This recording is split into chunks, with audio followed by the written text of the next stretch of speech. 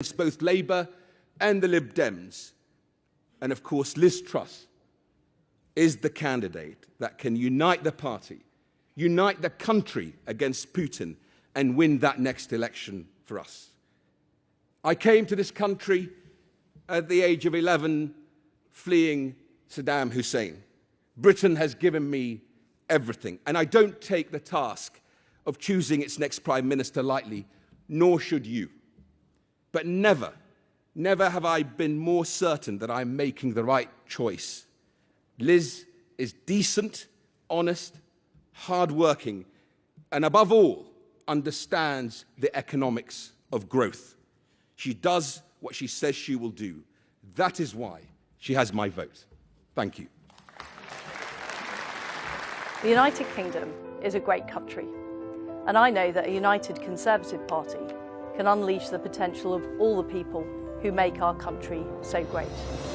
To win the next election, we need to deliver, and deliver for the British people. I know that our country's best days lie ahead. I'm the candidate with a clear vision for the future, who can drive change and get things done. As Trade Secretary, I negotiated deals with allies like Australia and Japan, creating opportunities around the world for British business. And as Prime Minister, I will continue to deliver on the opportunities of Brexit. I will lead a government committed to core Conservative principles: low taxes, a firm grip on spending, driving growth in the economy, and giving people the opportunity to achieve anything they want to achieve, regardless of their background. I will work day and night to lead a party and a government that puts more money in your pocket and secures a better life for you and your family. I've consistently delivered when I have said I would. And I love our country. I want the best for us all, and I'm the person to deliver that. Please welcome Liz Truss.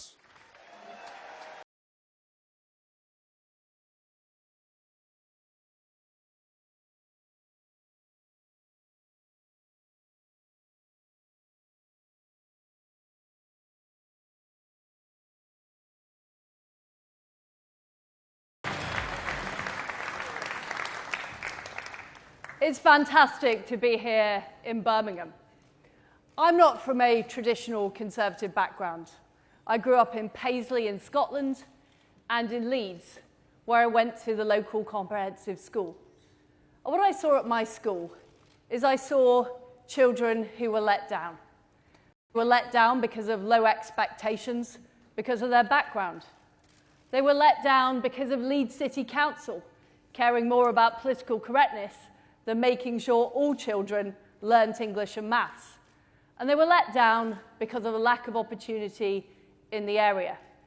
And I thought that was an appalling waste of talent. And I wanted things to be different. That's why I went into politics. I want everybody across our great country to have opportunity, regardless of their background. I want us to be an aspiration nation. And that is what our fantastic Mayor, Andy Street, is delivering here in the West Midlands.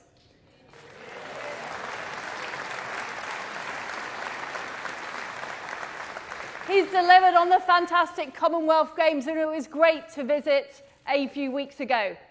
He's delivered on the trams and the metro. And he has delivered investment, growth and business into this fantastic part of the country.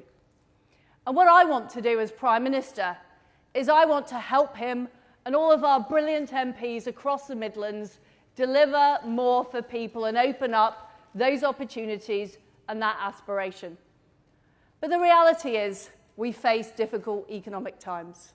We have the war in Ukraine, we have the energy crisis, and we have the aftermath of COVID. And we've had several decades in this country of low economic growth. So we do need to be bold, and we do need to do things differently. We can't just have more business as usual. We need a plan for growth. And that is what I would deliver as your Prime Minister. First of all, I will unleash the opportunities of Brexit. We need to get... And that means that we will unleash investment into cities like Birmingham towns and cities across our country. We could do more trade deals, benefiting industries like ceramics, industries like the car industry, and I had a great visit earlier to JLR, industries like financial services and technology. But we also need to cut tax. I would reverse the national insurance increase. The fact is we didn't need to increase national insurance. We can still afford to pay off the debt, start paying off the debt after 3 years. I'd also have a moratorium, a temporary moratorium on the green energy levy to immediately save people money off their fuel bills.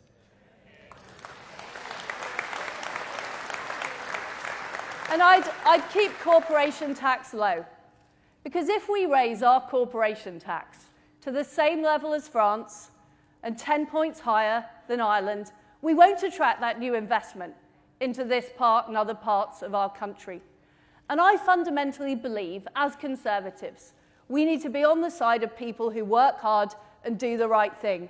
The self-employed, the small businesses, commuters who go into work every day, that's whose side we are on. And I would legislate to make sure essential services are being provided, like our railway services, and we stop the militant trade unions disrupting our country. Now, before I was a Member of Parliament, I joined the Conservative Party back in 1996. I was a party activist, and I was also a local councillor. And as a local councillor, I sat on the planning committee. And I'm afraid to say those are hours of my life I will never get back, because we were overruled by the planning inspectorate in Bristol or the top-down housing targets. So I would immediately abolish the top-down targets in the planning bill coming up, in the Levelling Up bill.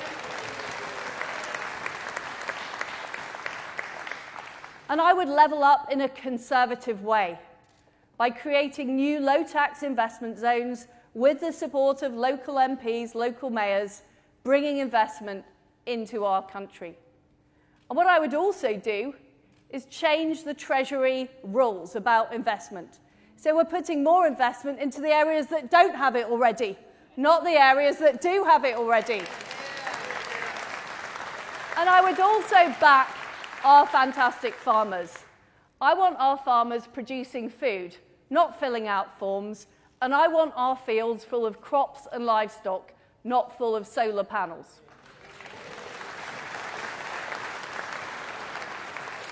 We need to continue to stand up to Vladimir Putin in Ukraine. I'm proud that we were the first European country to send weapons to Ukraine.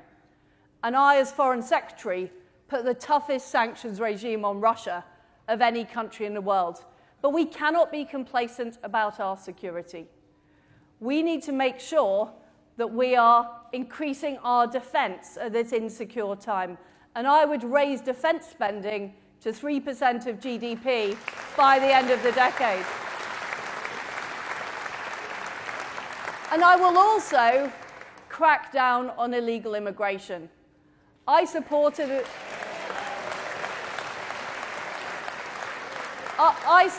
and worked with Priti Patel on the Rwanda scheme. We need to make it work, and we need to expand it to more countries. And what I would do is legislate to make sure our decisions about our borders cannot be overruled by the ECHR.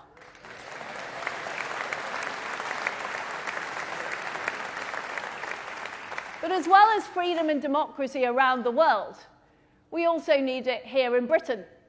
We need free speech, and we need to push back against the identity politics of the left. Now, I'm a plain-speaking Yorkshire woman, and I know that a woman is a woman.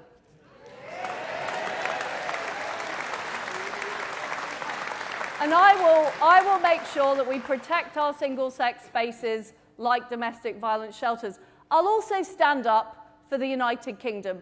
I travel around the world. People respect us. They respect the role we have played in democracy and freedom. But there are too many people in Britain trying to talk our country down, saying we should somehow be ashamed of our past, that our best days are behind us. I don't agree with those people. Our best days are ahead of us. And we can see what's happening here and how Andy Street is turbocharging and moving forward Birmingham. And in 2019, we won swathes of seats right across the Midlands. Places like Stoke-on-Trent, West Bromwich, Dudley North. People voted for us not because they wanted the Labour Party. They were fed up with the Labour Party. They were fed up with the Labour Party letting their area down. What they wanted is conservative values. Personal responsibility, low taxation, enterprise and opportunity in their area. And that's what we have to deliver. We have to get those spades in the ground. We have to deliver on what we promised in 2019. And I'm somebody that gets things done. I don't take no from an answer. And at the Department of Trade, I delivered dozens of trade deals where people said it wouldn't be possible. At the Foreign Office, I delivered the Northern Ireland Protocol Bill to Parliament through Whitehall. We got the consent of the House of Commons. I'm prepared to get things done and take the tough decisions. And that's what we need. And that's what I will do. I will unleash the potential of our great country if I am elected as your Prime Minister. I will stand up against Keir Starmer, yet another Labour leader, yet another Labour Party politician who doesn't believe in opportunity and doesn't believe in aspiration. And I will help us, and I will make sure, working with you, that we win the next general election and we keep the West Midlands blue. Thank you. Thank you.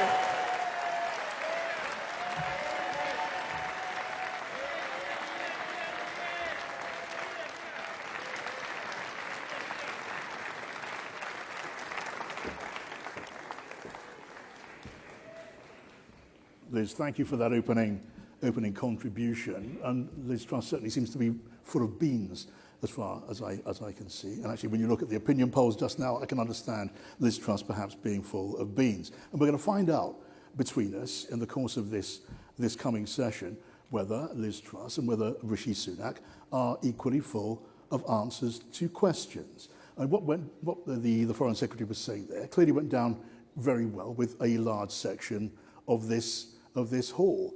But I think you all know, because people listening to this live also know, there's a great deal we haven't heard from these contenders to be our Prime Minister about issues that affect millions of us at this extraordinarily difficult time. And hopefully in the course of the next couple of hours, we will make some progress on that as well. So let us now, without me taking up too much time at this stage, because I will be back and so will our candidates, let me carry on and hand over to the campaigns.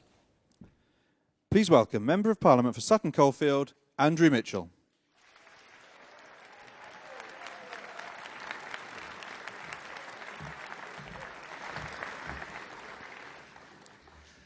Well, good evening, everyone, and welcome to these hustings in Britain's second city, which has just dazzled the world with the most brilliant, the most successful Commonwealth Games ever held.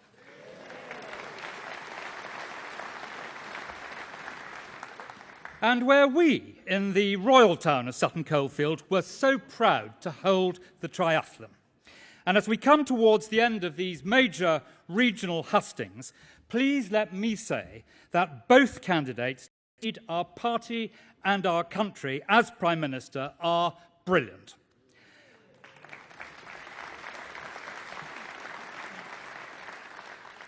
And don't you think, as we look back to the start of this contest, if you can remember that far back, and at the 8 of my colleagues who first stood for the leadership, that it is only the Conservative Party, our party, which truly looks like and reflects the country which we seek to serve. And who can doubt that either of them would be a far better Prime Minister than Keir Starmer, who until recently was supporting Jeremy Corbyn to lead our country.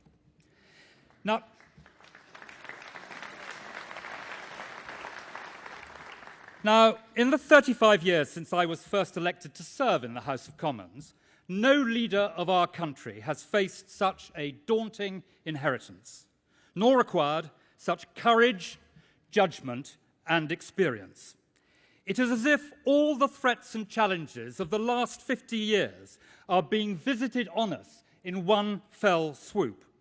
We face industrial disruption and an energy price hike with terrifying household costs, interest rate and mortgage and rent rises, warfare and crisis in Europe, and inflation, with the devastation it causes as it devalues us all. It was Mrs. Thatcher who said, "Inflation is the parent of unemployment and the unseen robber of those who have saved." And that is all before the huge issues for our health service which arise from the COVID crisis and its legacy. But, ladies and gentlemen, it is not problems which defeat governments. It is the way we politicians and our leaders defeat those problems which determines our fate. And so it is in these circumstances that I choose to support Rishi Sunak, as do some of our most respected former party leaders, Michael Howard and William Hague, and, you may feel this is of particular significance, some of our most successful finance ministers, chancellors Nigel Lawson, Ken Clarke, Norman Lamont, and Peter Lilly. When faced with the unprecedented challenge of COVID and the massive threat to jobs and employment, it was Rishi Sunak who designed and implemented what the IMF described as the best furlough scheme in the world, and ensured through his efforts that we protected the livelihoods of 14 million people and the future of 1.5 million businesses. And so, as we head into an extraordinary and dangerous storm of frightening economic ferocity, it is Rishi Sunak who has shown by his deeds and his actions that he is the safe helmsman with the experience, record and judgment to weather these storms, to reach out across our divided society and to secure the results we need if we are to win the next general election. We need a Prime Minister of courage, judgment, decency and experience. That Prime Minister is Rishi Sunak. Thank you very much.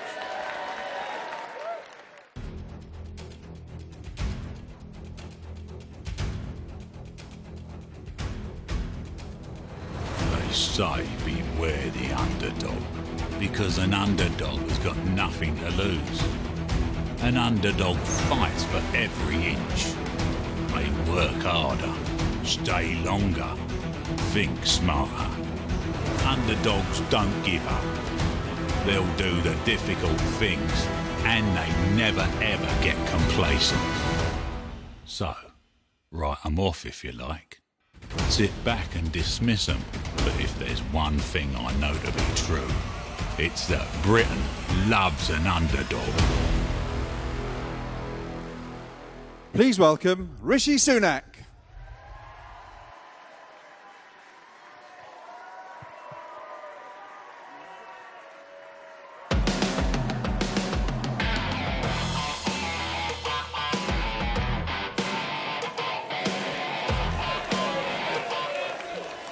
Thank you.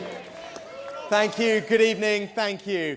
Now, I am here tonight for one simple reason, and that's because our country did something extraordinary for my family. Like many of yours here, it welcomed them here as immigrants and allowed them to build a better life. Now, I was raised with a few simple values. First among those is that family means everything to me.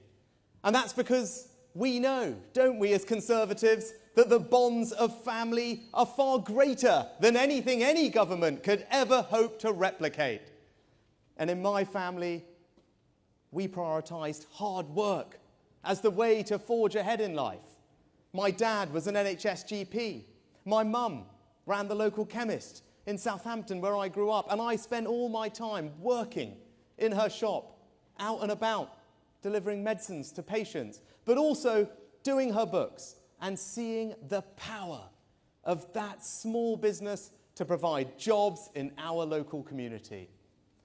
Now, for my parents, there was one thing that they believed above all would be the way to build a better future for their 3 children. And it was simple. It was through education. And that's why today I passionately believe that the best way that we reduce inequality, the best way that we spread opportunity, indeed the best way that we transform people's lives is by ensuring that the birthright of every child is a world-class education.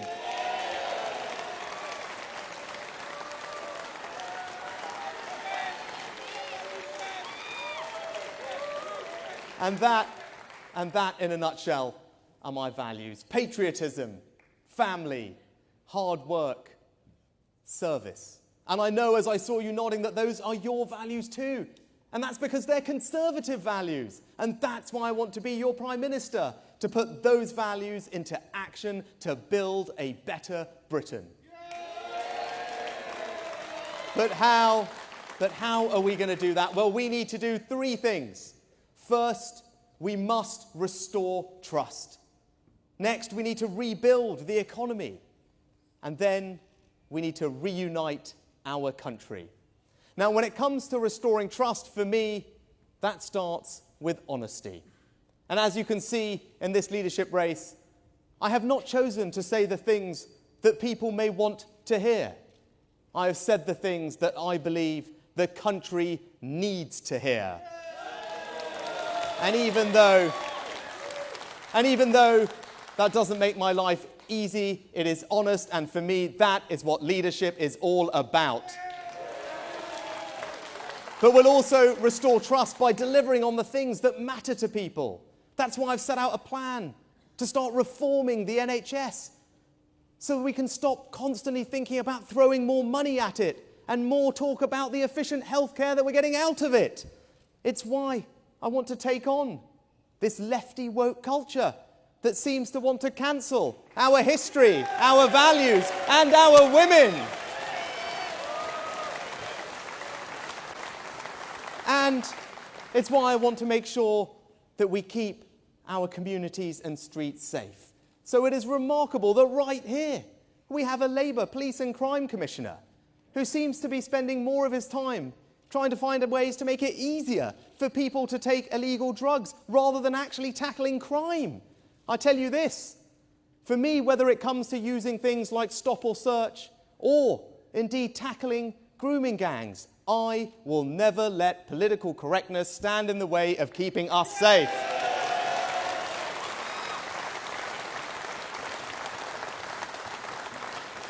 And whether it is that Labour Police and Crime Commissioner or indeed the shambles that is Sandwell Council, it just shows why we need Conservative councillors, Conservative PCCs and great Conservative mayors like Andy Street in charge. But it's also why I want to restore trust in our rural communities, like mine in North Yorkshire, like yours here, in Warwickshire and Staffordshire, Derbyshire, Nottinghamshire. And that means increasing our food security, protecting our agricultural land, and unequivocally backing British farmers.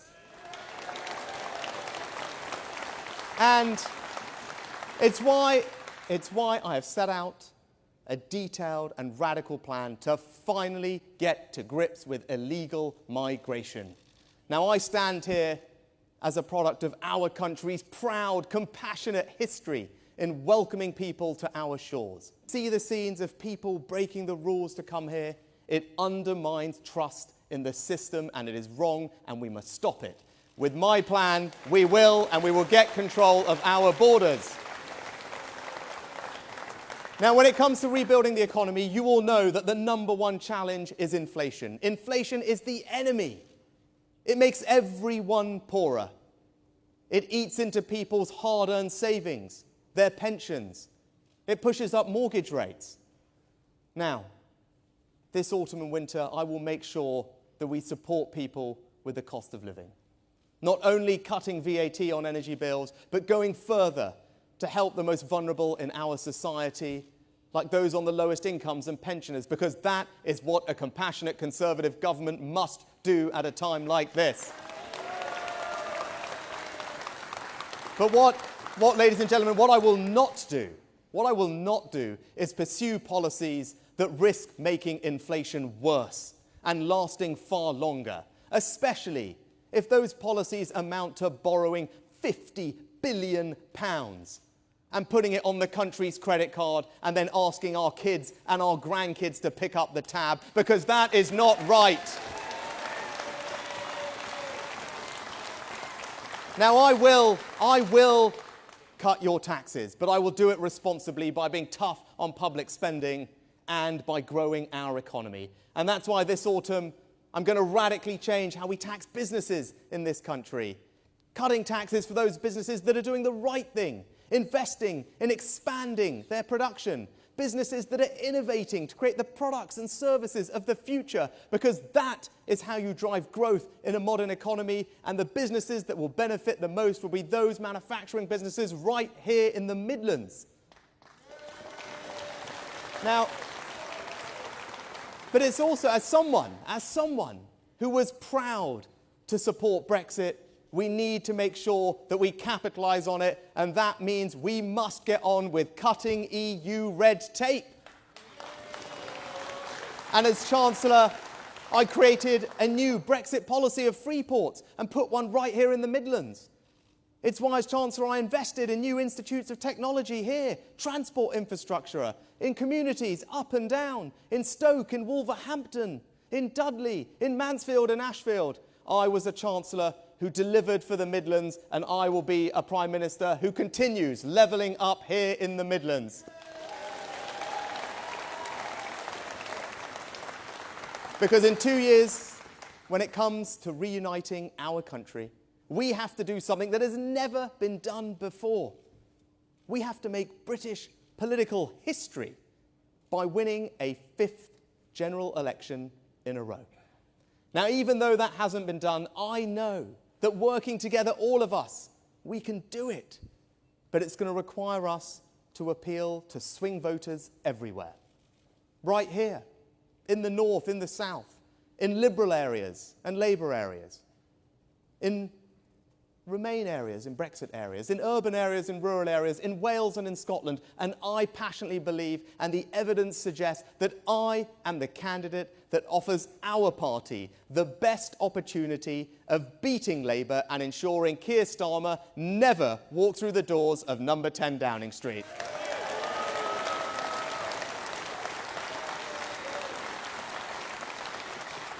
And in conclusion, let me just say this. You saw me as Chancellor at the beginning of the pandemic acting radically to successfully safeguard our economy through the 300 years. Now, as your Prime Minister, I promise you, I will apply that same urgency and grip to every other aspect of government to build a better Britain. A Britain where our kids can walk safely on the streets at night. A Britain where the NHS is finally reformed and there for us when we need. A Britain where our schools and apprenticeships are the envy of the world in providing opportunity. And a Britain where our economy is the most dynamic it has ever been, with our businesses investing and innovating to create jobs in every part of our country. But I also promise you this, perhaps more importantly, that I will give you my all to ensure that each and every one of you here tonight can always feel enormously proud of the Conservative government that I will be privileged to lead. Party leader, but also the next Prime Minister of our great country. Thank you.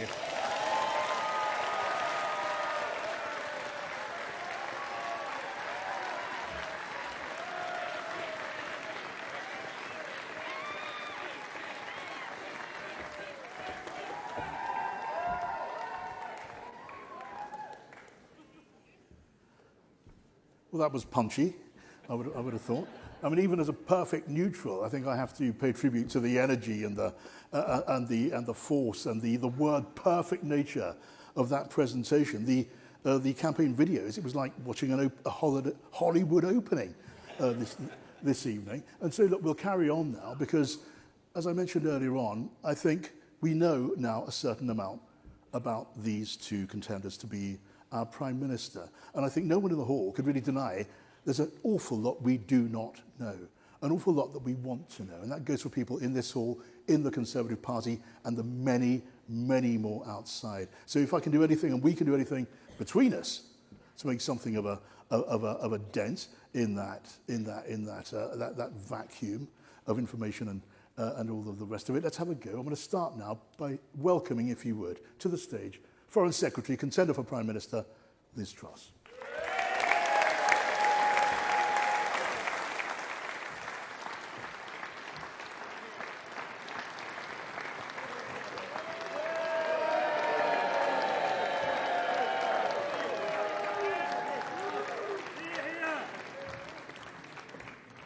Hi, John. How are you? Lovely to see you.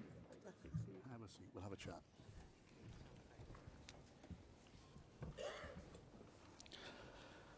It's good to see you, Liz. You look very, very bouncy. You look very confident. And I can, looking at these opinion polls, I can quite see where that might be the case. But there's an awful lot I'd like to ask you, a great deal more than I get to ask you in the time available to me or that we all have this evening here at this 10th of 12th hustings in the course of this campaign. So let me start then with something which is, and you'll know this, very much on the mind of millions of people out there today. The latest forecasts for inflation are terrifying. At the end of this week, we'll get a number, the latest number, for the energy price cap. We expect something £3,500 or something north of that. There's talk of the cost of borrowing in the city, maybe going up to 7%. I could go on, but it all adds up to fear and legitimate fear and worry in the hearts of so many people. Now, you haven't quite said so, but somehow, by some curious means, between your camp and people like me, we now clearly understand that there will be a special budget statement, if you're the Prime Minister, towards the back end of September. First of all, you can confirm that, I've no doubt. And I know you're not going to give me the detail of that statement. I'm not going to even try to force details of that out for you. I know you'll tell me, and just to spare you and us some time, I know that you want to leave some leeway for your next Chancellor when you get into the job. But one thing you can tell us now, because you are bidding to become First Lord of the Treasury and the pinnacle of our office of this coming government under whoever the Prime Minister happens to be, you believe it's you. The pollsters seem to agree with you. So can you tonight, can you now reassure those who are worst off in our country, those pensioners, poor pensioners, people on benefits, people in most need, that in that coming budget statement, which you may or may not call a budget, they will be fully protected from at least the effects of the coming rises in energy bills, which are going to be far greater than anyone imagined?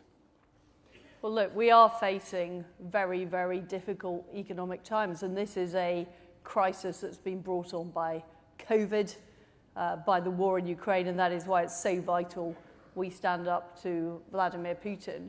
But we've got another issue that I would add to your list, John, which is the issue of low economic growth and the danger of a recession. And we know that a recession would carry a huge toll. And we also need to make sure the economy is growing. So we have multiple challenges that we face as a country. And this is why we have to be bold. And I have set out a bold agenda of not just lowering taxes and helping people who are struggling. And I understand there are problems with food bills, with fuel bills, but also with the cost of living. We also need to make sure we grow the economy and we avoid talking ourselves into a recession. I think that's very important. Taxes are currently at a 70-year high, and there is a current proposal to raise corporation tax, which I believe would deter investment and make it harder for us to grow the economy. So we have multiple challenges. There will need to be a fiscal event, as you rightly say, and I've set out my priorities. My first priority is reducing taxes, because what I don't believe is taking money from people in taxes and then giving it back to them in benefits. That is Gordon Brown economics, and frankly, it hasn't worked. And the second thing we need to deal with is supply, and in particular the energy supply. We haven't done enough to get gas out of the ground, to use our reserves, to move forward with nuclear, to move forward with renewables. And we need to get on with those things much quicker, as well as liberating other bits of supply in the economy. I talked in my speech about investment. You know, we need to do things like Solvency II, so we liberate investment. So we need to deal with the supply. Now, of course, in any fiscal event, a chancellor has to look at people on fixed incomes. And I've already committed to the triple lock for pensioners. I've already committed to a temporary moratorium on the green energy levy, which would take money off everybody's fuel bills. But as you rightly say, we are not going to sit here today, John, and write the budget. But what I fear has been missing from the economic discourse is, first of all, dealing with growth and getting growth going, because without growth, we are in an even worse position. Let me pick up on that question of growth. I'm going to try and keep my questions short. I'd urge you to be as brief as you reasonably can. We've got a lot to get through in little time. It is your signature policy, Liz, to carry out these unfunded tax cuts in the hope of stimulating growth. Your critics say that's a route to higher inflation, which would hurt everyone, including the worst off. Michael Gove says you're on a holiday from reality. Can you give your critics an example, a clear example of where a country has successfully grown its economy through cutting taxes? Because without that, aren't you inviting the country to join you on an experiment with people's livelihoods and lives? Well, I give you the example of Britain, where we cut corporation tax and we saw revenues increase. There's an example of where cutting taxes actually helped us attract more revenue into the Treasury and more growth into the economy. And this whole language, John, of unfunded tax cuts implies the static model, the so-called abacus economics that the Treasury orthodoxy has promoted for years. But it hasn't worked for our economy, because what we've ended up with is high tax, high spending and low growth. And that is not a sustainable model for Britain's future. What I want to... You defended that orthodoxy, that Treasury government orthodoxy, for year after year after year. I sat in Cabinet and I opposed the national insurance rise for precisely the reason. And I raise my issues internally. I've complained about plenty of these policies internally, but I respect collective responsibility and I was loyal throughout. But fundamentally, it was wrong to raise national insurance. We promised we wouldn't do it in our manifesto. We didn't need to do it. We could have funded the NHS costs out of general taxation, and that decision was taken. I think it's wrong, because we now have the highest taxes in 70 years.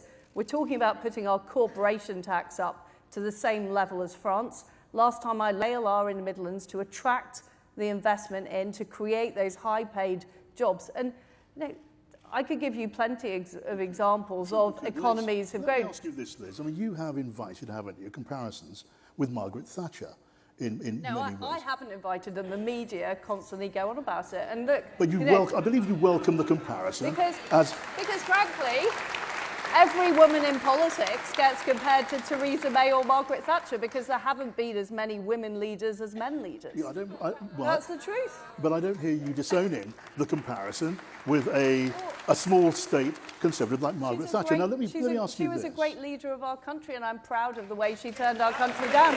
And, but that doesn't mean what we're facing now is the situation we're facing in 1979. It's a different situation, and we need different policies now. But the principles she believed in were the right principles. Enterprise, personal responsibility, giving people control over their own money, putting money back in people's pockets. Those are the principles I agree with. Liz, the tax burden was higher when Margaret Thatcher left office than it was when she took office. Now, you say your strategy can avert recession in this country. The Bank of England is predicting recession over the space of 5 quarters starting this year. Are you saying you can stop that, you can roll that back? Because that is a huge promise, and you'd be judged by it, by the electorate. What I'm saying is that a forecast isn't destiny, that we have the ability to change our own future by doing things differently. And this is why we need to be bold. And I see huge opportunities. You know, one of the things we're talking about here in the Midlands is the gigafactory. That's an exciting opportunity. We need to attract that investment. You know, we're talking about huge things like life sciences, technology, financial services. We can unlock those opportunities. Now, I am not foolish enough to get out a crystal ball and say I can predict what the level of growth in the economy will be this year and next year. And by the way, nobody else can either. But what I know is putting up taxes to the highest level in 70 years will choke off that potential growth. That's what I know. I'm a Conservative. I believe in low taxes. I believe in companies succeeding. I believe in companies making profits, that they are able to hire new workers and bring in investment. And that is what I believe, and that's the platform I'm standing on. All right.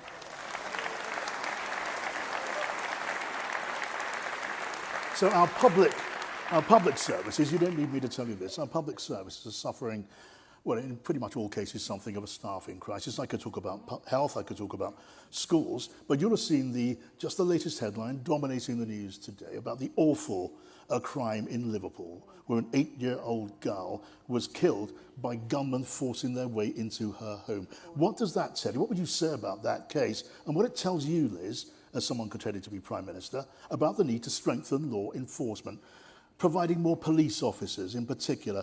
You may tell me there's a promise for 20,000 more police officers. I would then tell you that's simply making up for the cuts in police numbers under Conservative rule.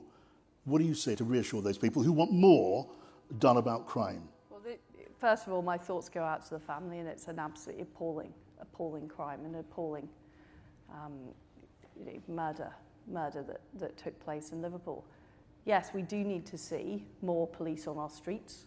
It's about recruiting more officers, but it's also about making sure those officers are focused on the crimes we care about and the public care about. I would introduce league tables so the public have a better way of looking at how their local force is performing. And we need that change in the culture driven by police and crime commissioners, driven from the top. There is a serious problem in this country with gun crime. There's a serious problem with gangs. There's a serious problem with knife crime, and I'm absolutely determined we get a grip of that. Okay, let me ask you now about integrity in government. This is spurred by a question from one of our Times Radio listeners who wants to know and suggests that there hasn't been enough said about the need to improve conduct in government given the grotesque circumstances of the fall of our present Prime Minister.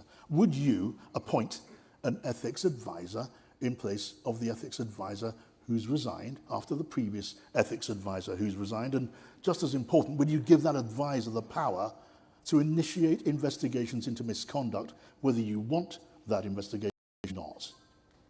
Well, first of all, I do think there need to be proper whistleblowing procedures. I would put in place, if I was elected as Prime Minister, a strong chief whip. I would return them to number 12 Downing Street, so they are at the heart of government and making sure that there is zero tolerance for misbehaviour. What about the ethics advisor, Liz? But I do think one of the problems we've got in this country and the way we approach things is, we have numerous advisors and independent bodies and rules and regulations.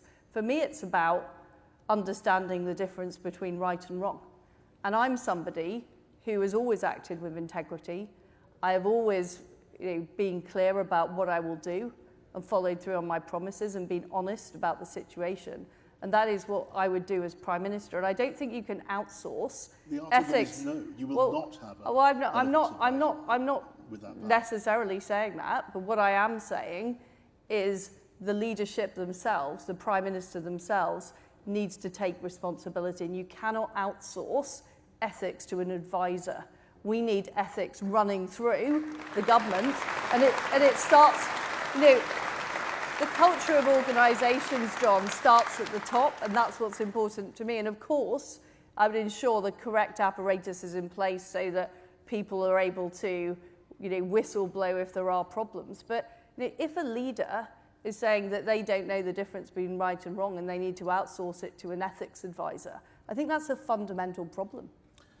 Okay. I'm going to slip one more in before I open questions to the floor. I'm keen to get to that stage. Just very briefly, just finally, again from a reader of the Times who asked this question. We're all human beings. We all have our flaws and our faults.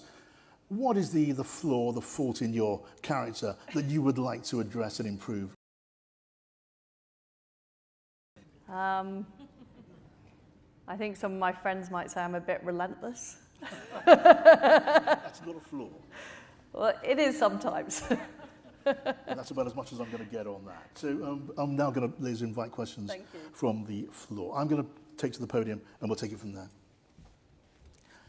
Now, I'm going to take, we've got arms up all around the room. So, gentleman in the blue shirt sitting close to us here. Liz, this week me and some Conservative friends started the Conservative Tenants and Landlords Forum. And given the average millennial has moved on average about 10 times, what would you do to reduce the number of unnecessary moves? And more broadly, what will you do for tenants and landlords? Well, first of all, I think it is important that we support tenants and landlords and have a very clear rental market. And I also think it's important that we don't drive landlords out of the market and we do make sure that there are fair rules in place. But I also want to help more people who've been renting get onto the property ladder. So what I would want to do is enable people with good rental histories to be able to use those rental histories to get a mortgage, to help more people own their own home. In a word, sir, are you satisfied by that answer? Satisfied customer there, Liz Truss. The young lady sitting just in front of me here. Hello, Liz. I share one thing with you in that I also grew up in Paisley, but many years before you. I'm not sure about that, madam. I'm not sure about that. We have now had a majority Conservative government for 12 years. And in those 12 years, the country seems to have got even less Conservative. We've had to endure damaging wokery in academia, the civil service, and even the armed forces.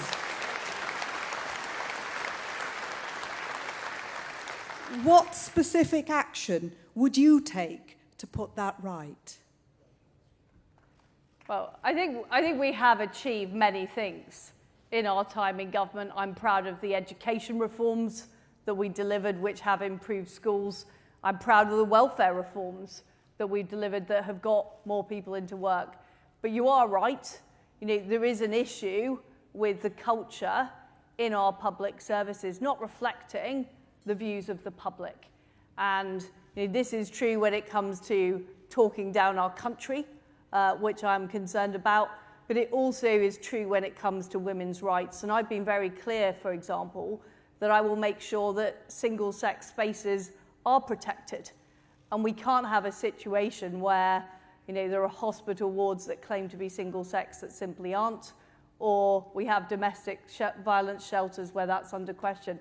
But what it takes political leadership. And it takes a Prime Minister that makes that happen, but also ministers that make that happen in departments. And I think as Conservatives, sometimes we've been afraid of making Conservative arguments. And we've allowed the left to dominate the social space. And I won't allow that to happen. I am prepared to make the argument. I am prepared to be difficult. I'm not prepared to know for an answer. I'll get those things done. Gentleman over here, Liz, 3 rows back at the end of the line. Behind, gentleman, yes, you, sir, thank you. I think I might recognise that chap. Yeah, I know you as well, He's Liz. a former colleague. Liz, I was the UK's first small business commissioner. There are 6 million small businesses in the UK. I spoke to about 2,000 of them over the period of 2 years. And I have to tell you, they often feel unloved, over-regulated and overtaxed. What can we do to promote long-term business growth? Because that's the backbone of the UK economy. Well, Paul, you are of course right. So first of all, reversing the national insurance increase will help small businesses that have been hit with extra employers' national insurance. We also need to look at the regulatory burden on businesses. I would conduct a full tax review looking at things like business rates and how we make that much, much fairer for small businesses. But we also need to look at regulations and the regulatory burden. This is part of the point of getting all of those EU laws off the statute books by the end of 2023, because it often isn't an individual law, it's just a combination of forms that businesses are asked to fill in and the hoops they're asked to jump through.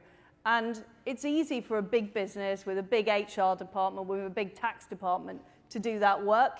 It's very hard for small businesses. So I will absolutely make sure I'm cracking down on those regulations, but also we're not putting new regulations on small businesses. Okay, Liz, some of our biggest businesses are formerly publicly owned utilities, and there are questions and concerns about those. Let me just ask you briefly, very briefly, about one, the water industry. We're seeing daily reports now of pollution fouling our waterways and coastline of this country. And meanwhile, I think average bonuses to the bosses, to executives and the water companies are at £670,000. That can't be right, can it? I do think there are problems with the way utilities are regulated. We were one of the first countries to regulate utilities and to privatise utilities, but the world has moved on since then.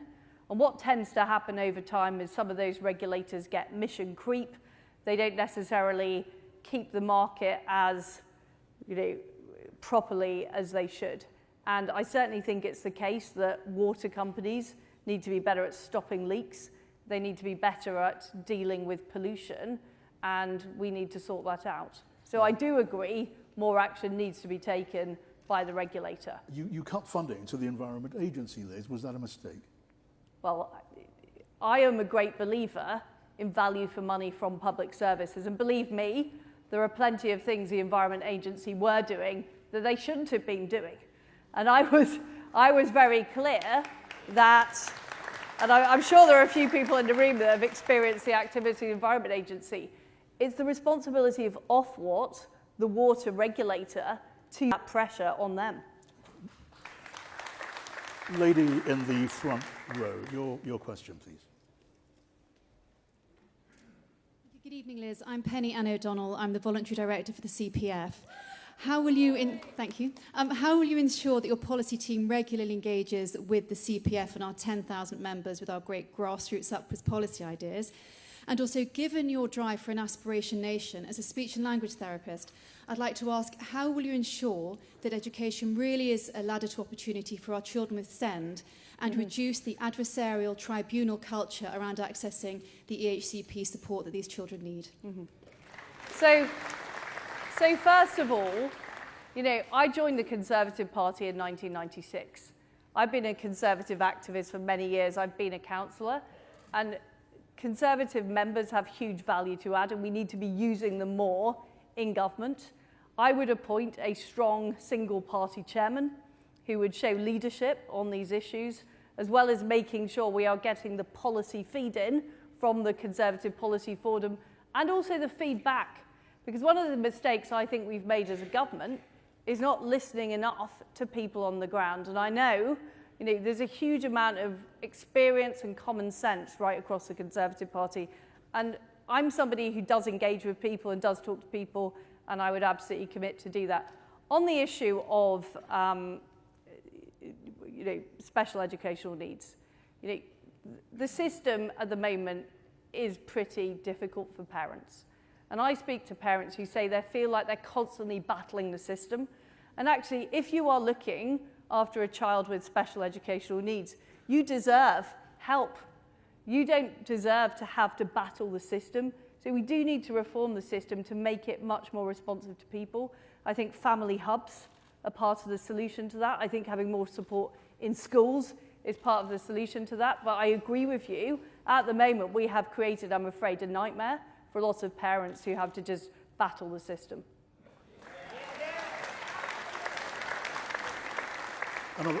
Another brief question on the services, public services, before we take more questions. Given your plan on national insurance, what will you do about the crisis? I don't think it's too much of a stretch to use that word about social care in this country. How would you solve the problems facing social care, which are truly immense? So I still would spend the money. I would just take it out of general taxation rather than raising national insurance. But I would spend that money in social care. The fact is, quite a lot of it has gone into the NHS.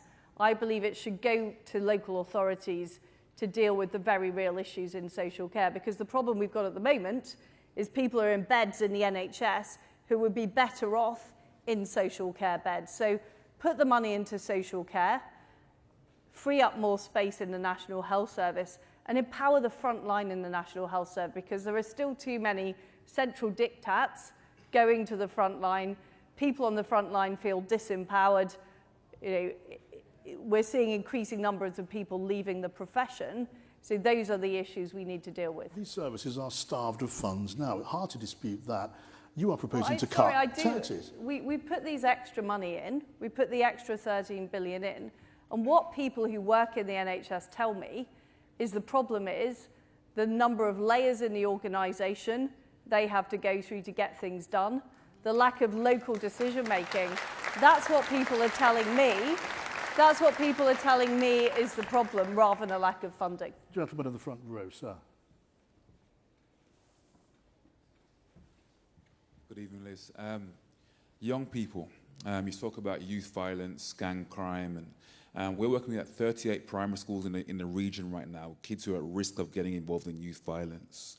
What do you perceive to be the fundamental issues at the root cause of those problems, and what would your government do to bring some transformation to those issues and change the lives of these young people? Well, the work you do is very important, and I think youth clubs, for example, like Youth Zone, are very important in giving young people alternative places to be rather than being prey to gangs. I visited one very recently in London, so I'd like to see more of those. Some of those are funded by the private sector, others funded by the voluntary sector. I support schools opening for longer hours, actually, again to help children get the skills they need, but also to make sure that they are less prey to potential alternatives. And I think it is all about early intervention. That is what it's about. It's about making sure the alternative is better for those young people and they have those opportunities. And that's why these things which sometimes sound esoteric, like talking about economic growth, what it is about more apprenticeships, more jobs, more good opportunities for young people, so they are not encouraged to go off in the wrong direction. Okay, I'm trying to get through as many as we can. Lady, second row back. Like you, I'm a councillor, or you were a councillor, I am a councillor in Dudley. Has anybody got a mic? I was going to say I'm used to shouting anyway, so... I'm a councillor in Dudley. I'm actually the lead member for Children's Services there. So following on from my... these weren't planted questions, by the way. We know that working white-class boys are actually our most disadvantaged group. Both you and Rishi have mentioned education, aspirations. Will you, as a Conservative, bring back grammar schools? Because that is the most fundamental thing. So the answer is, yes, I will allow new grammar schools, absolutely. And I will also allow new free schools as well. And I'm a big fan of free schools like the Michaela School, which is fantastic. And we need to allow the good schools to expand and set up more branches right around the country. And I'm somebody who did go to a comprehensive school. My daughters now both go to grammar school. I want children all across the country to have those opportunities. But we also need to deal with primary school education, because the fact is 30% of kids are leaving primary school without basic English and maths. And it's very hard if you get to age 11 without that to be able to succeed in life. It just makes it a whole lot harder. I'm proud of what I did in education. I removed calculators from the primary school tests so that all kids had to get the basics of mental arithmetic. But we need to do more. We need more specialist teaching, particularly on maths in primary school. We need more early years support too, because the earlier we start, the better. Okay, I'm being told time is pretty much. I want to ask you just before we go a question which is as much about you, Liz Truss, as it is about any question of policy. So, your character. By the way, when it comes to you, your personality, I did enjoy your interview with the Mail on Sunday newspaper quite recently when you told the interviewer that whenever you see a mouse, there are lots of mice at the House of Commons, you jump on a chair. Was that true, or did you? That wasn't. I'm not sure if that interview was recently, but I'm worried that somebody will get a mouse out now. I'm not a massive fan of mice, I have to say. I'm sure. And there are a load in the House of Commons that I think we should have more cats. More cats. More cats is the answer. And I'm very pleased there is a cat at number 10. So if I do become Prime Minister, at least I'll be mice-free. All right. Rishi Sunak is, I think, too much of a man to carry mice around for the purpose of frightening a rival. Now, look, here's another question. One of the first things, and very briefly if I could, one of the first things that will happen when and if you become Prime Minister, you'll be ushered into a room, very privately at number 10, will be laid out in front of you what are called the letters of last resort, your orders to our Trident boat captain on whether you, Prime Minister Liz Truss, is giving the order to unleash our nuclear weapons. It would mean global annihilation. I won't ask you, would you press the button? You will say yes. But faced sick, how does that thought make you feel? I think it's an important duty of the Prime Minister. I'm ready to do that.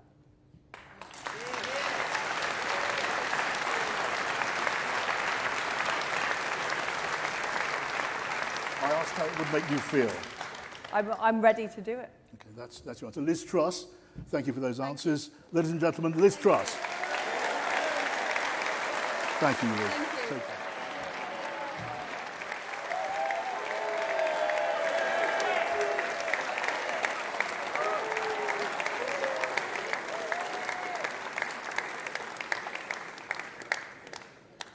Okay, we don't have a clapometer. That was reasonably encouraging for Liz Truss. I think our next speaker, he'll probably be finding a lot of popularity in this room as well. Ladies and gentlemen, please welcome Rishi Sunak.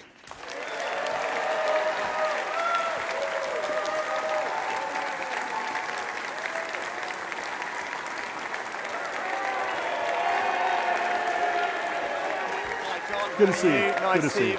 Let's have a chat. Yeah. Thank you. I'm just going to go now. We're all good. Anyway, it's good to see you, Rishi. Thank you for good to talk to you. Let me ask you a question first. The same question I put to Liz Truss. You know the numbers. 18% forecast of inflation. The energy price cap is going up and up, far more than you imagined when you set out that plan to help the worse off.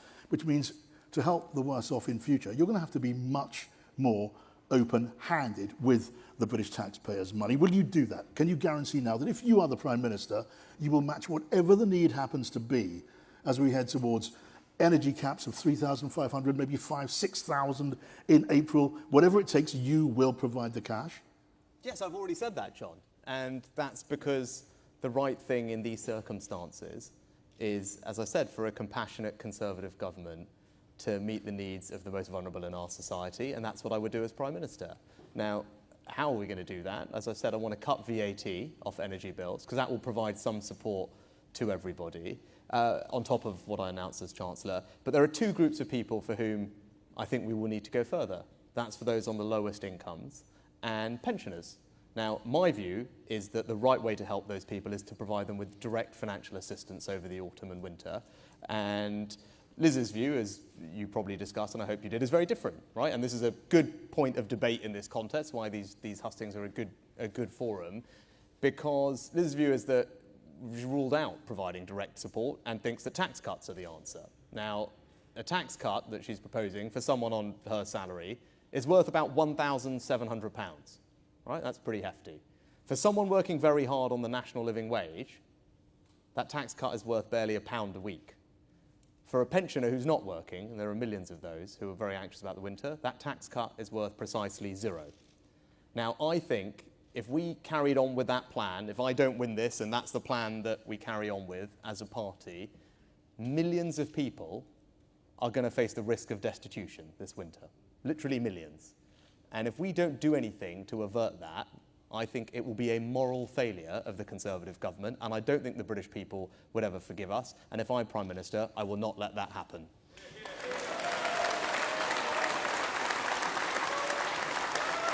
Rishi, you, within very recent memory, you opposed cutting VAT on energy bills, and then you changed your mind on that. Why did you do that U-turn? Was it that you were more desperate to win the support? As you said in your opening, John, the situation has deteriorated since I was Chancellor and announced support. And I'm perfectly open and blunt about it. Cutting VAT is not the most perfect way to do things. It definitely has drawbacks. But you have to deal with the world as it is. If I become Prime Minister in a couple of weeks' time and bills go up in just a few weeks after that, there aren't that many levers that you can pull that deliver support to almost everybody in the country, which is what you would need to do, that will actually work. Now, I've been there. I've done the job, right? I've sat there and figured out how do you do this. It is one of the few levers that a Prime Minister has available to them that I know will 100% certainty get cash to people quickly. Is it perfect? No. But I'm not going to let the perfect be the enemy of the good. I'm going to deal with the practical reality of the situation. So I don't make any apology for going further than I said before. I want to make sure we help people, and that is a realistic, practical way to do it. And I think it's one that will make a difference to people in a few weeks' time. It is one of the, as you say, one of the defining arguments of this leadership contest. You are against unfunded tax cuts in principle, not just as a matter of economic theory, which is, of course, I guess, why you said yesterday, as clearly, I guess, as you could, that you could not serve in a Liz Truss cabinet.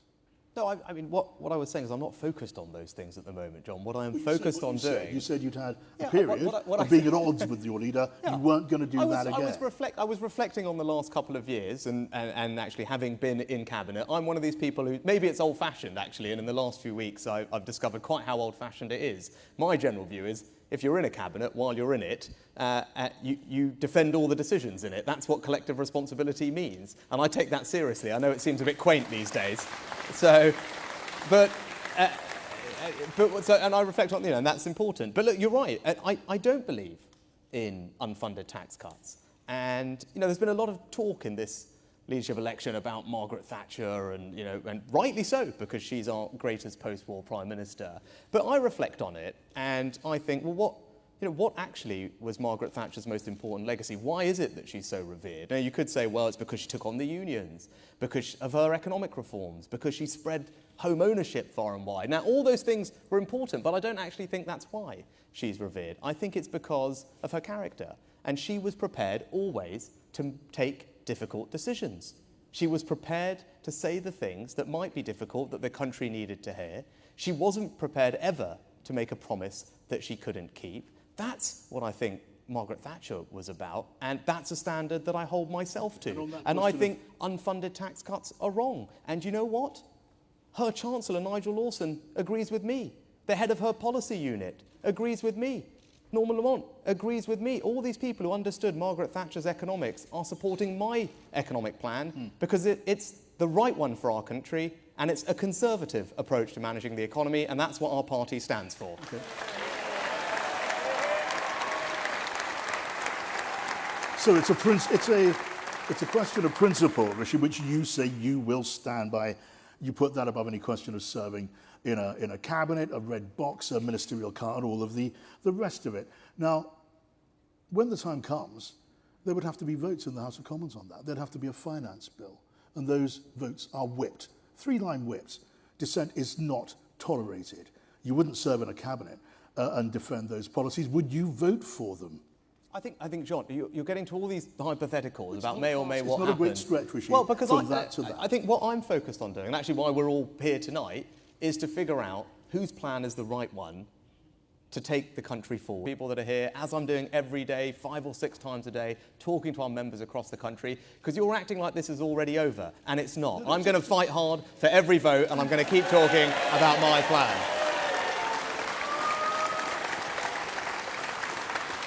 No, I don't suggest that it's over, but these are, I suggest, questions of character too. Let me put a question to you, which is on the minds of very many people today: crime, in the light of the awful news story that I mentioned earlier on, the 8-year-old child in Liverpool gunned down by gunmen who forced their way into the family flat. Your thoughts on that, and in the context of the need, the demand for more police officers than are being proposed now. The numbers we've seen so far, as you know, make up the cuts from the austerity years. What would you do in office? Yeah, I mean, I only read about it earlier this evening, and it's shocking. Olivia, I think her name was. I actually thought she was 9, which is the same age as my younger daughter, and it's horrific. I mean, I'm sure the parents, grandparents here, and I read it, and I was, you know, I called my wife and spoke to my daughter. Actually, is what I did when I found out about it earlier on today. And my heart goes out to her family, as I'm sure it does from everybody here tonight, about grappling with a loss like that. What can we do, in government to try and prevent things like that from happening? Yes, it's about putting more police officers on the street, and we've got a plan to do that. But it's also making sure more than are proposed so far. Well, I mean, at the moment, we need to finish putting 20,000 more on the streets. But I think actually we need to make sure that they're focused on the right things, and that we're using their time effectively, and we're using the best techniques that are available to policing. And I mentioned it in my remarks earlier. I think actually when I talk to people involved in fighting crime, when I talk to our police and crime commissioners and our councillors everywhere, what's clear is that there are things that hold us back from getting with crime in our country, and the policing tool. Now, our Conservative police and crime commissioners understand that, and they want to use it. We just came from a hustings in Manchester, where Andy Burnham, the Labour mayor, has got a police force that's been in special measures, and I want to actually provide police forces like that with the powers to use stop and search. Similarly, I mentioned grooming gangs, and I think it's another thing that has affected young children as young as Olivia and my daughters for too long. It's very pervasive in our country, and if I'm fortunate to win this, I want to do something to tackle that pernicious crime. And as I said earlier, I will never let political correctness stand in the way of keeping our country safe. That's the kind of Prime Minister I'll be. Okay, let's look at another practical, as it were, proposal from you to deal with or to help another hard-pressed public service, the health service. It is one of your big ideas, isn't it, to charge patients penalties when they fail to attend for their medical appointments. So let me put it to you, for the sake of the discussion. That's a gimmick. Who will enforce these penalties? Are you proposing county court actions in pursuit of £10, £12 penalties? Are you asking GPs to deny treatment to people who can't or won't pay this penalty? How does it make sense? So John, what you describe as a gimmick, I completely and utterly disagree with, right? Now, we all, as Conservatives, know that we don't measure our success by how much money we throw at things. And if we want to be able to credibly cut taxes, and I do, I want to cut all your taxes, but there is no one who can sit here and credibly tell you that they're going to cut your taxes responsibly unless they've also got a plan to reform the NHS to make it more efficient. Because if we don't, it will continue to gobble up every single pound that everyone has, right? And it's not enough just to say that and say, oh gosh, yes, there's too many bureaucrats in the NHS, everyone will clap, great. Like, we need some practical solutions, right? So yes, this is one, because you know why? 15 million appointments last year missed. Not just at GPs, but let's talk about why this is a prize, first of all, to go after. Not just at GPs, but hospital doctors too. 15 million, right? That's not right. Doesn't value our doctors, deprives people of the care they need. And if we can get this right, it's not about making money from charging, it's about changing the culture in this country so it's not acceptable, right? Now, if we get it right, if people cancel those appointments in advance, then we free up tons of extra healthcare, and we will get the backlogs down quicker. But you know what, John? Right, so you know what? I was a person who set up furlough in a matter of weeks, right? When everyone said to me, well, how will you do this? How will this work? We don't even know what the word means, let alone how we're going to administer a system that is going to actually make sure that we pay the wages of 10 million people. And every single newspaper, as they told me afterwards, had kept space that day to write the story that the system would never work. And it did, because that's what I do, John. But when they come across difficult problems, I get to grips with them and I solve them. That's what I will do as Prime Minister. Okay.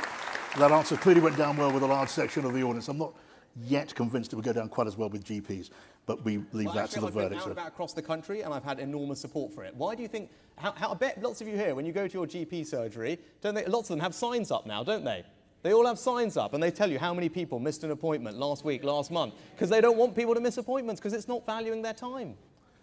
All right. Just a question then from one of our listeners. His name's William Armstrong, and he's asking why there isn't more focus on standards of conduct. In a word, would your government be more honest than the one we have? Yes. That's why I left the government, John, because it wasn't. Would you then, therefore, appoint, as the Committee on Standards in Public Life urges, would you to initiate investigations whether you want them or not? Yeah, I've said already very clearly that I would reappoint the independent advisor on ethics, and I would make sure that they have the powers and responsibilities to hold people to account. But look, obviously it gets set by the leader, and I would set an example. But I talked earlier about appealing to swing voters, because I think this is really important. Now, if we're going to win that election, right, if we're going to appeal to all these swing voters that we need to, remember, they're not Tories, right, every day. They're not Labour people. They're swing voters. So they're not ideological. What do they want? They want a government that works properly, right? That's what those people want. And my view is we need to appeal to them. So I'm going to run a government where things are conducted seriously, where they're conducted competently, with decency and integrity at the heart of everything that we do. That is the change that I'm going to bring. That's the Prime Minister that I'm going to be, and that's how we're going to restore standards and win the next election. I'm going to open questions to the floor, but a last question from one of our listeners, whose name is Clarissa. Would you seek to change the system of electing leaders of the Conservative Party, or would you leave them as they are? I don't know how your answer might go down with this audience. Let's find out. I'm just looking nervously at the chairman and all our great volunteers. Look, I think we've said anyway. Actually, I think after all these processes, it's worth people sitting down and figuring out what worked, what didn't work. Talk to all of you about how it worked for you. I think that's a totally reasonable thing to do. But I think actually I'd go further than that, because we talk a lot in all these things about what I want to do for the country, but I also care about all of you. And if you've got 5 minutes tonight, if you're interested, online somewhere, there is my contract with members, because I think all of you are amazing, right? I'm only here because of the support of my association, my activists, my volunteers, my councillors, and we owe all of you an extraordinary debt. So in my contract for members, I've set out a few things that I want to do to support all of you. I'll give you 2 things just to throw it out there. One of them, I was talking to Andrew about this, I want to regularly make sure we have surveys of what you think. I shouldn't have to go to Con Home and see what you think. I want to know what you think directly. And more than that, what I want to say is, what I will commit to you is we're going to have these regular surveys, and then those top issues are they going to get actually discussed at our political cabinets, so that you can join this party one week, you can feed in your ideas the next week, and know that it's going to be discussed by the people at the top the week after that, because that's how a party like ours should work. And the other thing I want to do, because we talked about winning that election, is I want to raise more money for this party than we've raised before, specifically to put fully paid campaign managers in all our target seats, because that's the support that we need to win the next election. Let's take some questions. Let's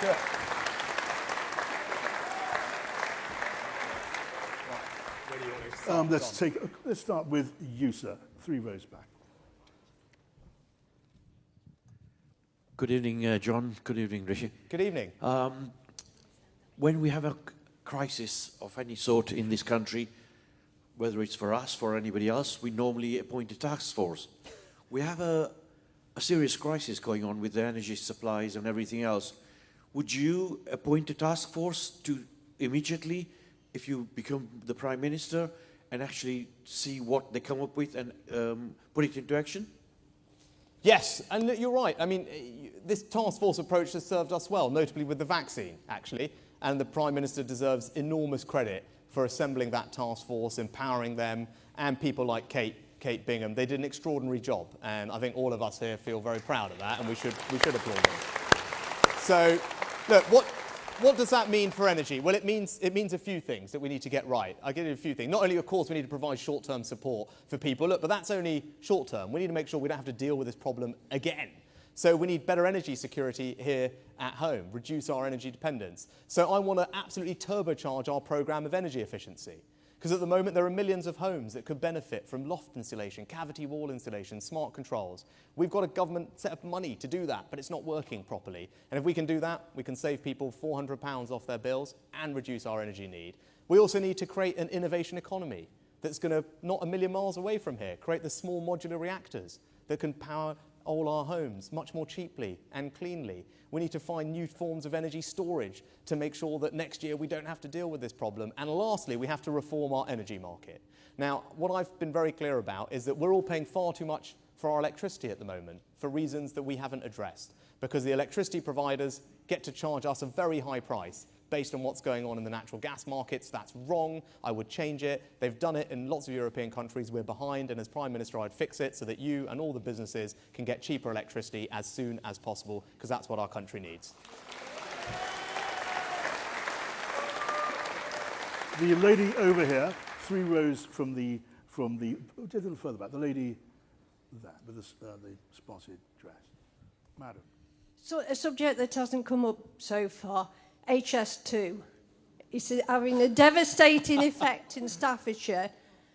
And Andrew Stevenson's actually been to our farm.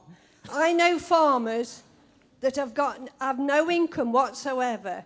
They've had land compulsory purchase, and yet they're not getting paid. They're getting no money. We've been waiting years for money to build a new house. We're getting nothing. What are you going to do about it? What are you going to do about the effect on Staffordshire and everywhere else and the billions it's costing this country?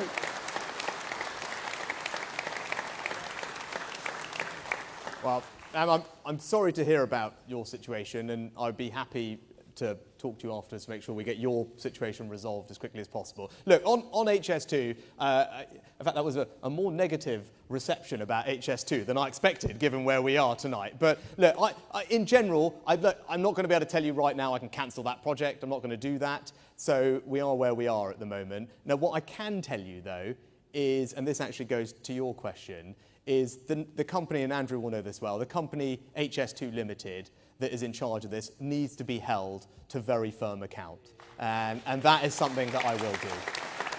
And it's not just, it's about making sure that people like you are treated fairly, but it's also, in general, making sure that disruption on communities is absolutely minimised. And whether it's actually, you know, down in the south, in Buckinghamshire, where I was earlier last week, or up here in Staffordshire, we need to make sure that as it's being built in a way that brings people along with them. And I can tell it's not happening, and I will fix that as Prime Minister, because that's not right, it's not fair, and we need to make sure that we correct it. Okay, I'm going to ask the young lady here on this side. Good afternoon, Mr. Sunak. Thank you for joining us here today. So given the current cost of living crisis and Russia's part to play in that, I was wondering, how are you going to tackle our reliance on China? That's great. That's a great question. So, look, China represents, I believe, and the Chinese Communist Party represent the biggest threat to our economic security and thereby our national security out of any state in the country, right? So that's a straightforward fact that I believe. That's also what the head of MI5 and the FBI recently said in a joint speech that they gave. So what does that mean for us? Well, it means we need to do a few things. We need to be robust in standing up for our values and our interests. So it means supporting the people in Hong Kong, as we so brilliantly did recently. It means a defence partnership with Australia and America and putting our about our allies over there.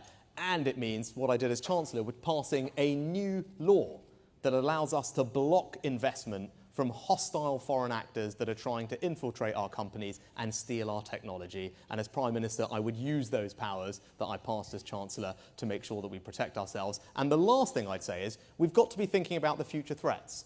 Right now, we are here in one of the most amazing automotive manufacturing parts of our country, and over time we're going to transition to electric vehicles. That will be great for net zero, create lots of jobs, and save us money. But no good us doing that if it turns out that all the rare earth minerals going into those batteries all come from China. So that's what I started doing as Chancellor, was working with our allies like Australia, Canada and America to build up a supply chain. So exactly as you said, means that we are not reliant on China in years to come for things that are really important to this country. That's the type of thinking that I think your Prime Minister needs to have, and that's the type of approach to China that I will take. No, Rishi, no questioning the strength of the British response in support of Ukraine. If it came to the point of a threat, a physical threat, a military threat on the part of China towards Taiwan, what should Britain's response be to that? I wouldn't change our current policy on that position at all. So I think our policy vis-à-vis Taiwan is the right one as it speaks today. In concrete terms, what would you do? Sanctions, military support? The best thing we can do to prevent aggression against Taiwan from China is showing Russia that they will not be successful in Ukraine. That is the absolute best thing we can do, and that's why we must have resolve there. Lady here.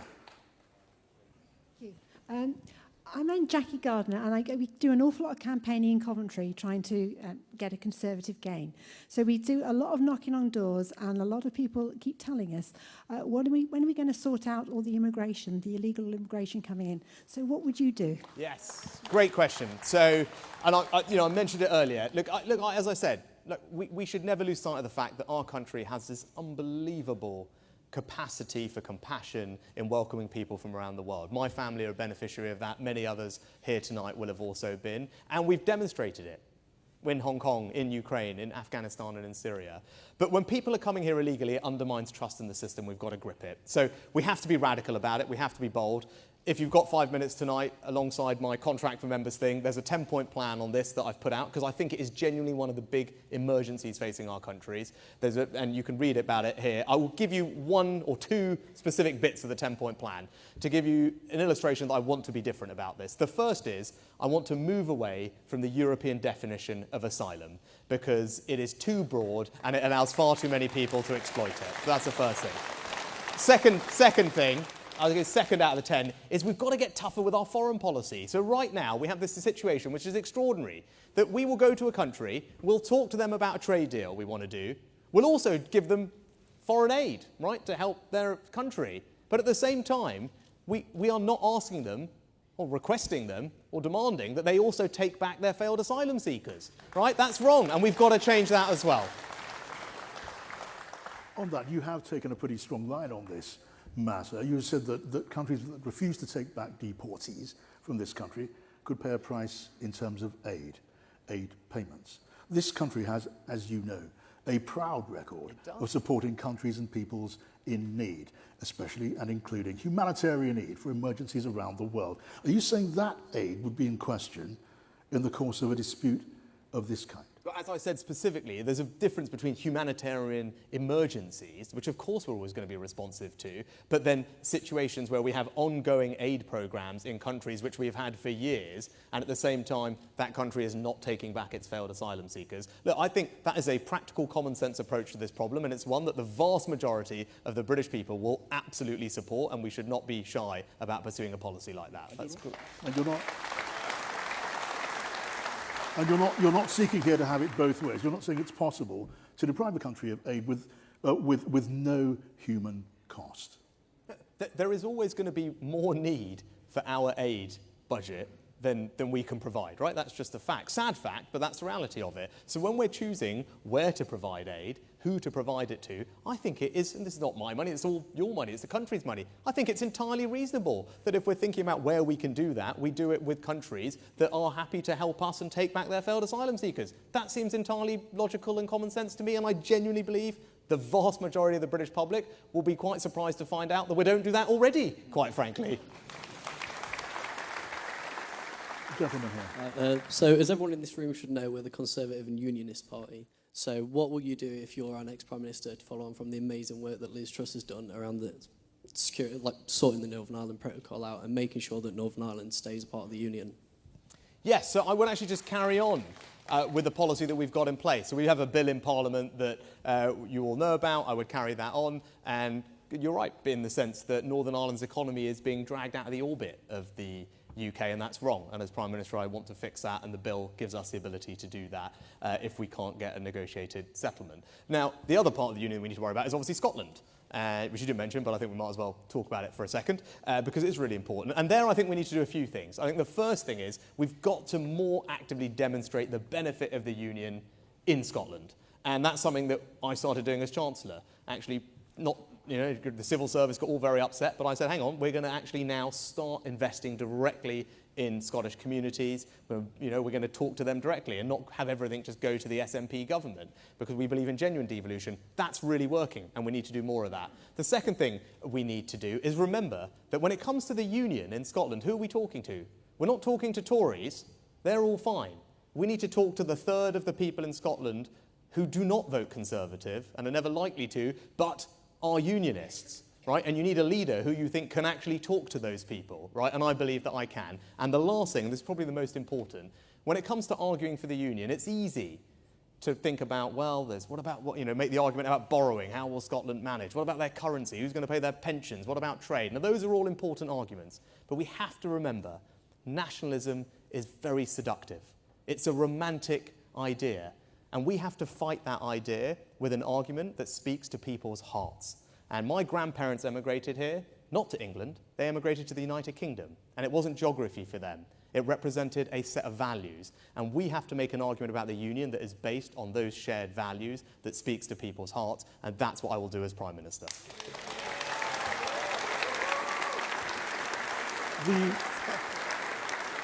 Rishi, the gentleman started his question by asking about the Northern Ireland Protocol bill. I won't ask you, will you pursue that bill? You'll say yes. I won't ask you, indeed you have. I won't ask you, will you push it through Parliament using the Parliament Act? I've no doubt that you would. Would a trade war with the European Union, because at the moment, European Union, London are at loggerheads, would a trade war at a time of recession be a price worth paying for making your point to Brussels? So, when you said rightly, John, that the relationship is at loggerheads, and I think, actually, you have to think about this.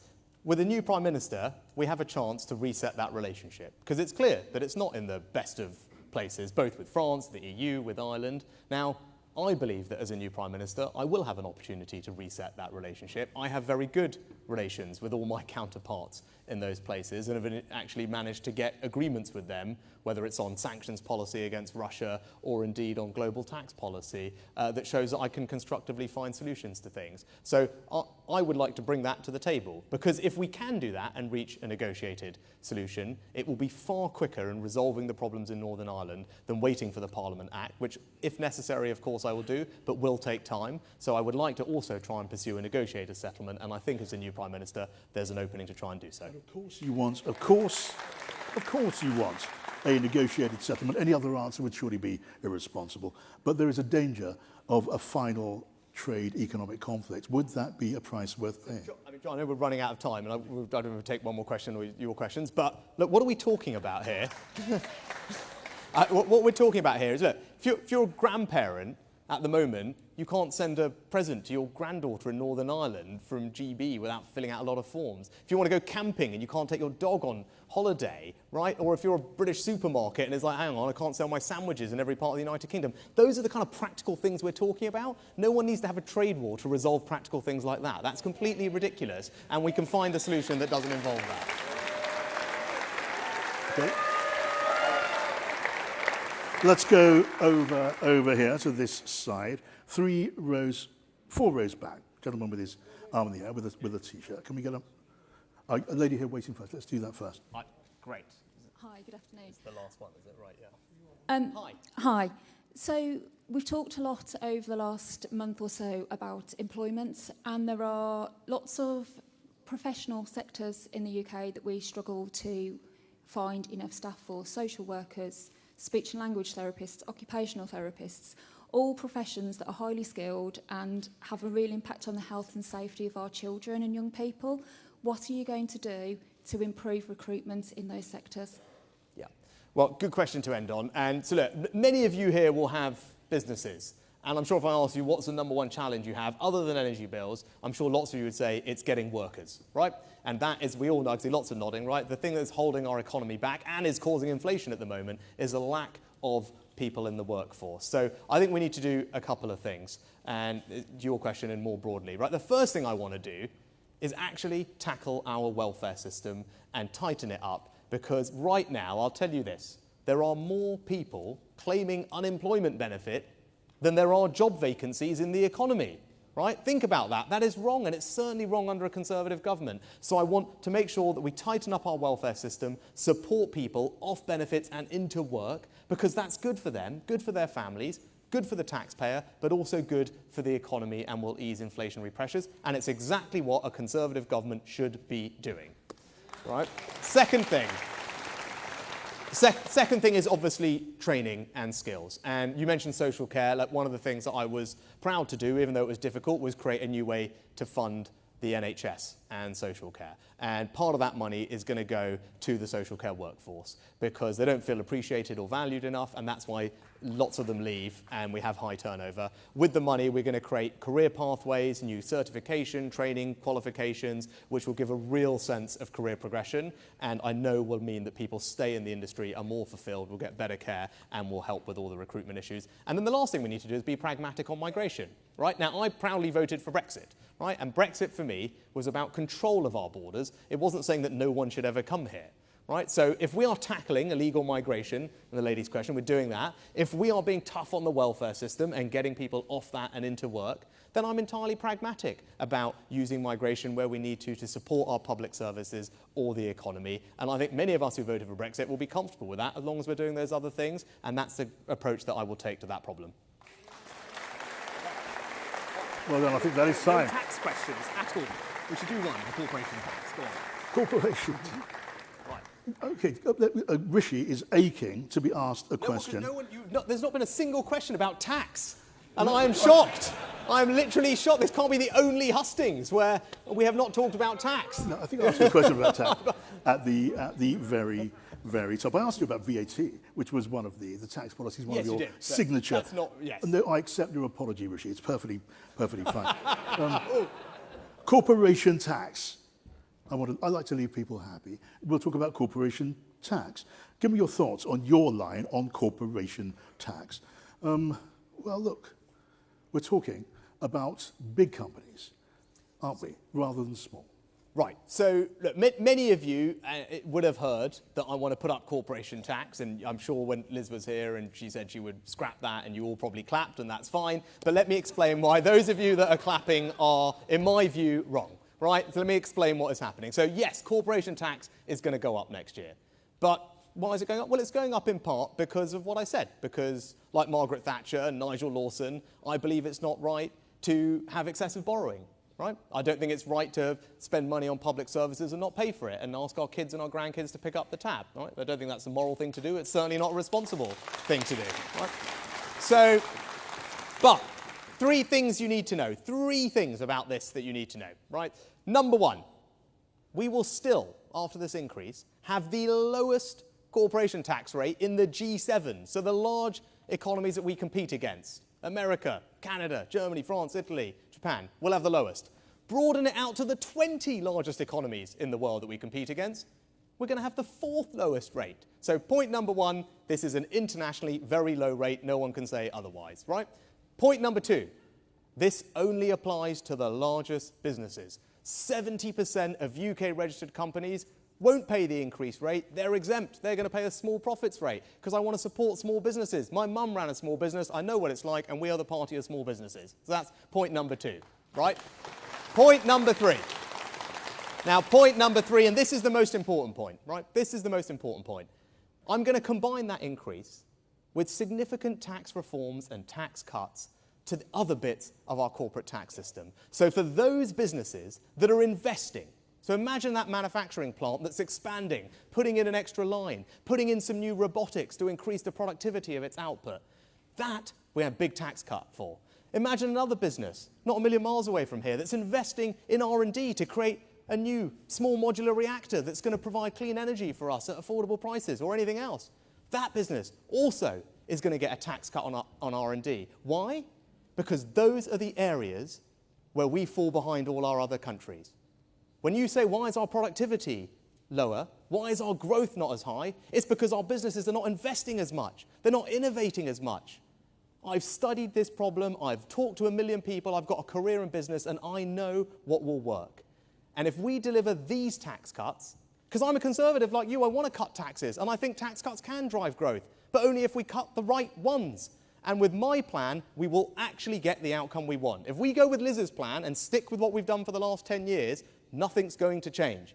Investment in this country today, no higher than it was a decade ago. We've got to try something different. My plan is a better plan, and I am 100% convinced that if you give me this job and we deliver this tax plan, we will have a faster growing, higher productivity economy that is creating jobs everywhere, but especially here in the Midlands. Thank you very much. Thank you. All right. Perfect. All right. Thanks very much. Thanks. Take care, Richard.